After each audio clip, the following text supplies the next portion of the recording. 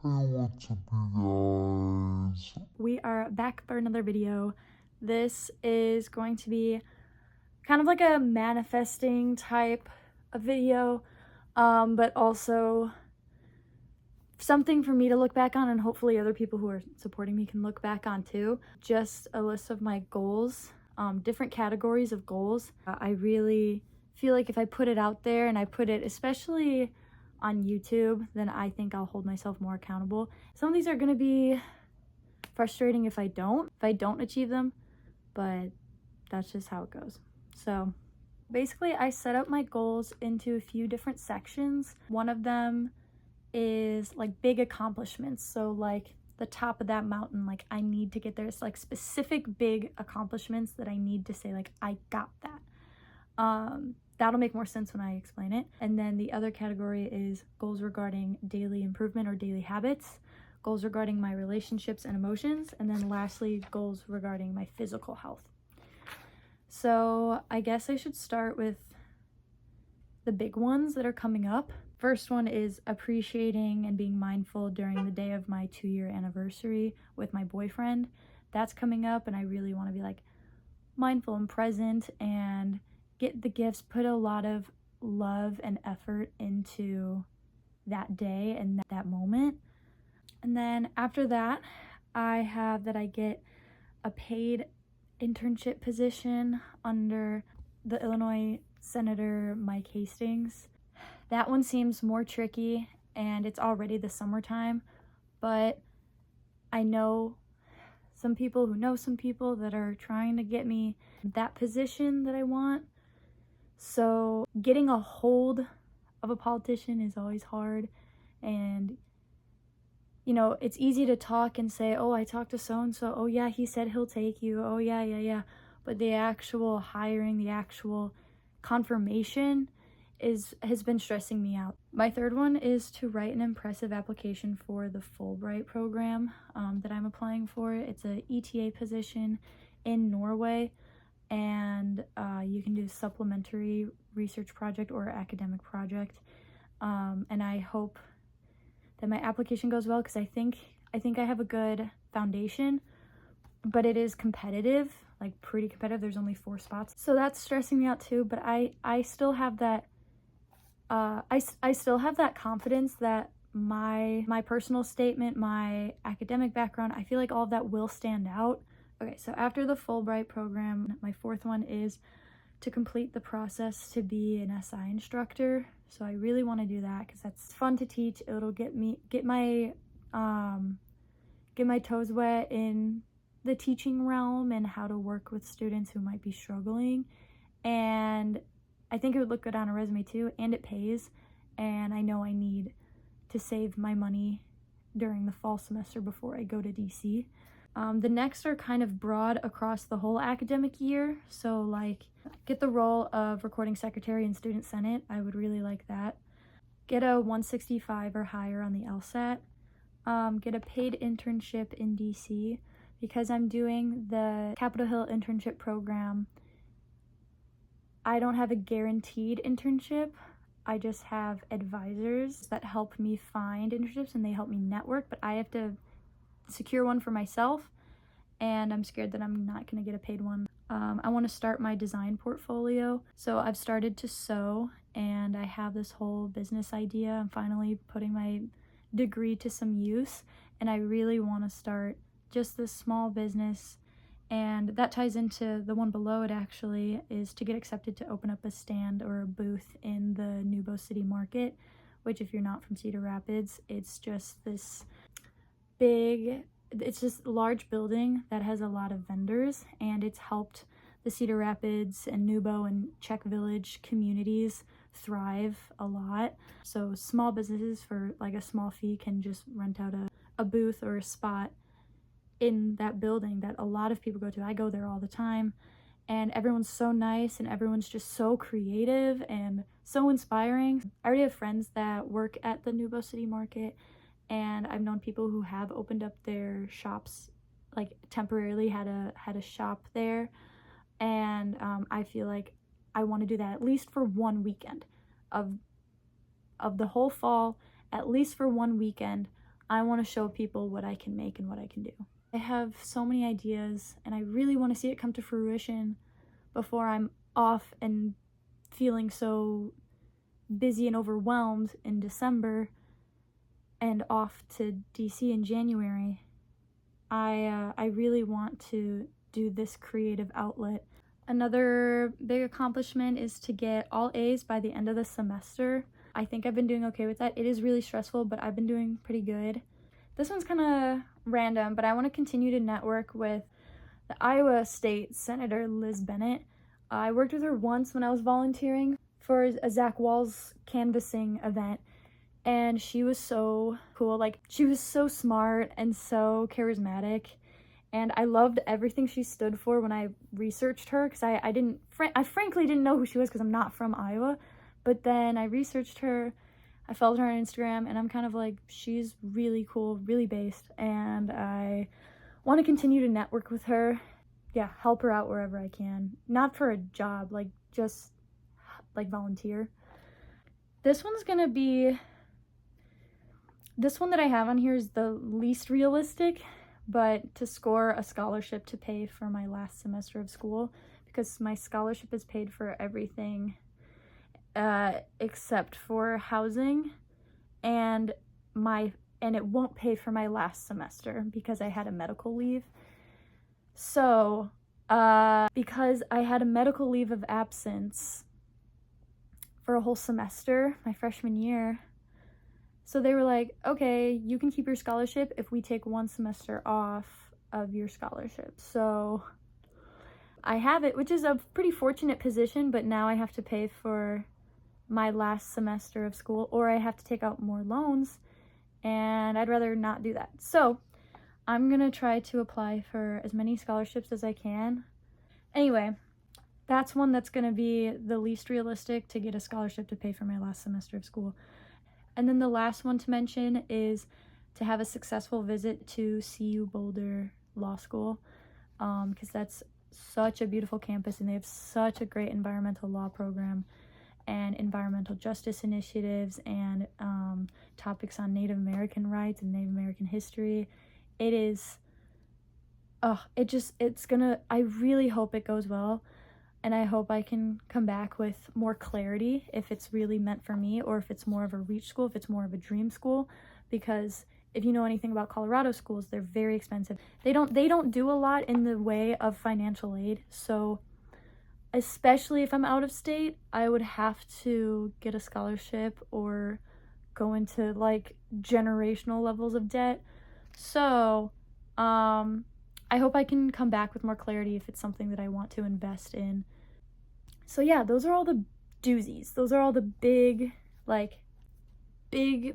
moments in this next academic year.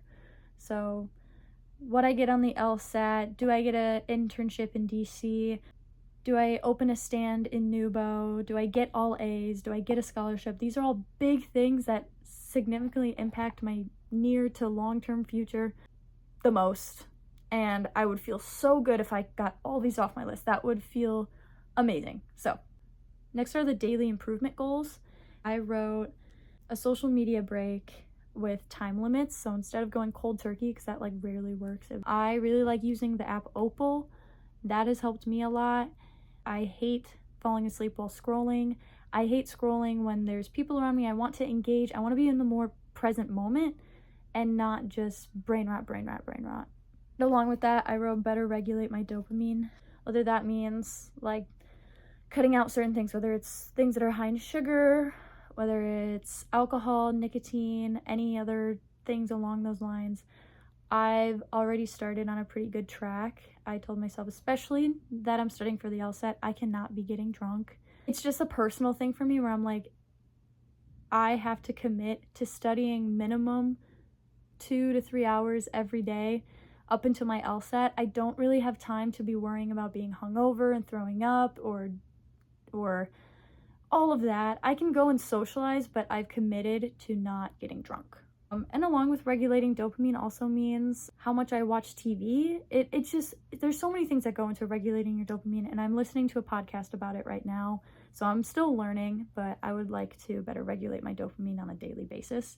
My next daily goal is that I want to read every day, but specifically I have to finish any book that I have started this month, and I cannot start new books. I cannot buy new books. I have to finish whatever I've started this month, because I tend to start a book in a month, or start maybe 2 or 3, and then I don't finish them, and then I start all over again like a few weeks or months later.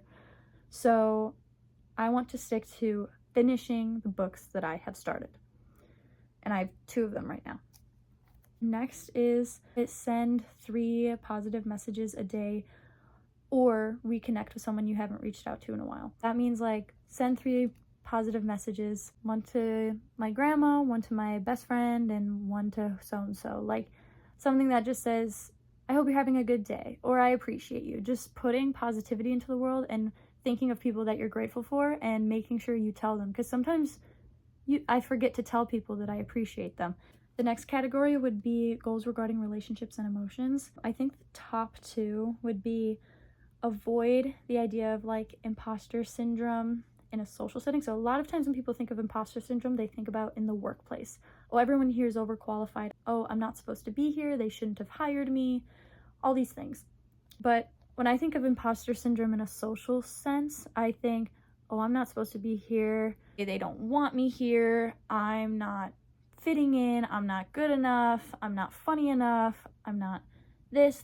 I don't know this reference. Ellie is not meant for this social situation, when really that's not the case. People do want to be around me. So that's what I mean when I say avoiding imposter syndrome. And I also put jealousy. So avoid any jealousy, like if someone is not responding, or if someone is not associating with me, or whether it's family members or friends or coworkers, I should try to avoid that feeling of jealousy, because jealousy, I think, is the most contagious and like brewing type of emotion. It just like settles, and then you never can like address it. I'm working on cleansing out jealousy, I guess.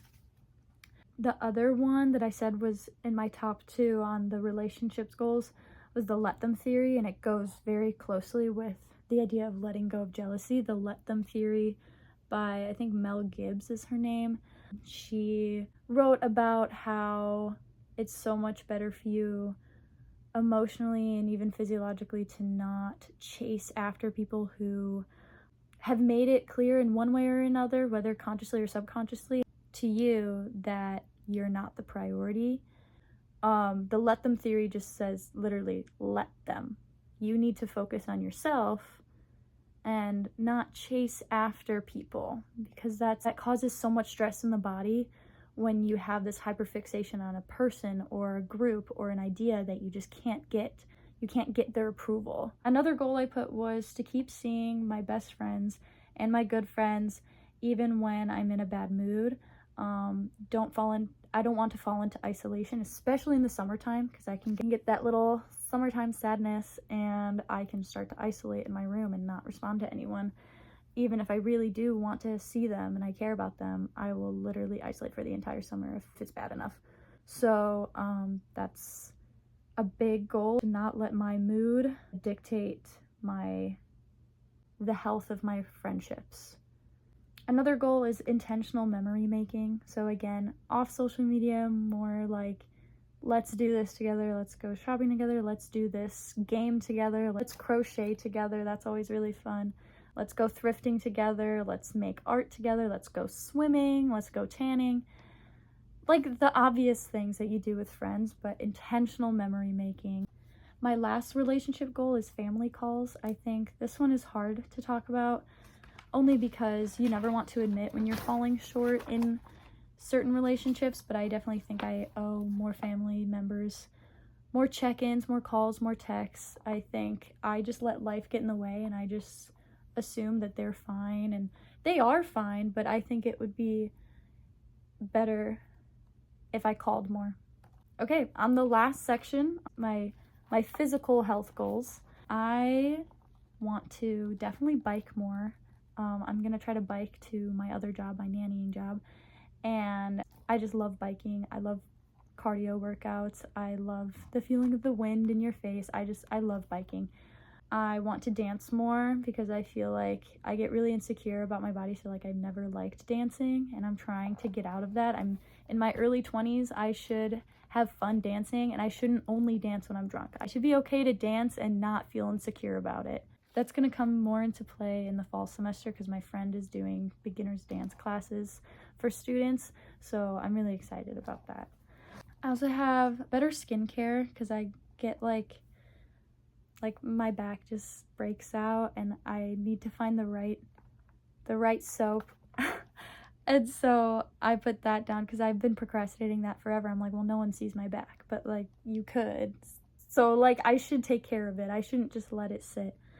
I want to floss more because I get very paranoid about my teeth, but then I don't floss and then I have ended up almost needing a root canal on one of my teeth, and that was so scary because I get so paranoid about anything to do with my teeth, and that there's like this one cavity that just keeps coming back.